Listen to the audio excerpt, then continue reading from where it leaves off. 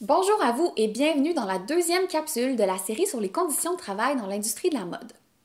Donc, je vous parle aujourd'hui des différents problèmes liés à une main-d'œuvre qui est majoritairement composée d'enfants, de femmes et d'immigrants. Donc, si ce n'est pas déjà fait, je vous invite d'abord à regarder la première capsule de la série pour bien comprendre les divers enjeux liés aux conditions de travail.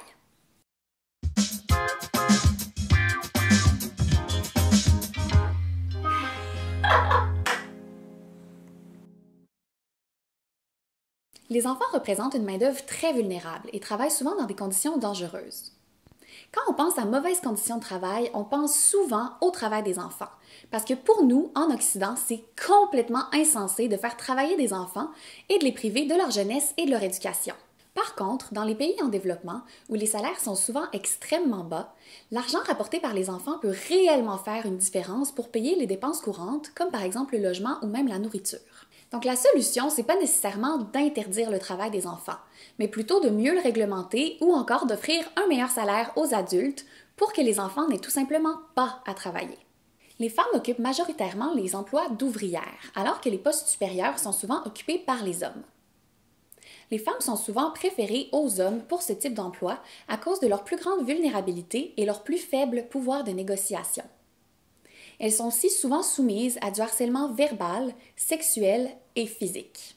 Les femmes célibataires et sans enfants sont souvent priorisées pour ce type de poste en raison de leur plus grande vulnérabilité et disponibilité. Elles sont même parfois amenées à signer une entente qui stipule qu'elles n'auront pas d'enfants durant toute la durée de leur contrat.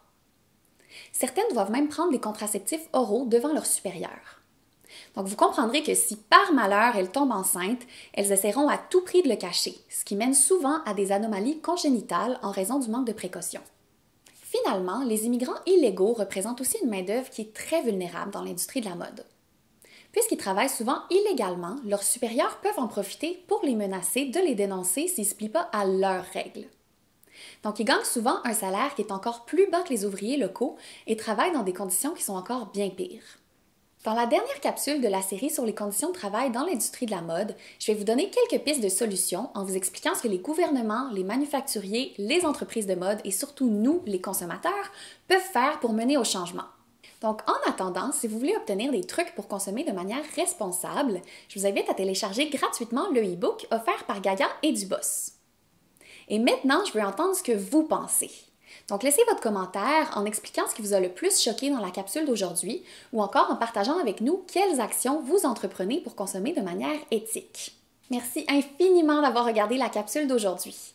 Je vous rappelle qu'on vous offre du contenu gratuit avec le plus grand bonheur, mais en échange, on a besoin de votre aide pour se faire connaître. Alors, si vous avez trouvé la capsule d'aujourd'hui utile ou intéressante, je vous invite à cliquer sur j'aime, à la partager avec vos amis et à laisser vos commentaires et vos questions. N'oubliez surtout pas de vous inscrire à l'infolettre de Gaia et Duboss pour recevoir nos futures publications. Et on se revoit dans la dernière capsule de la série sur les conditions de travail où je vous donne quelques pistes de solutions pour consommer de manière éthique. Merci beaucoup, bonne journée!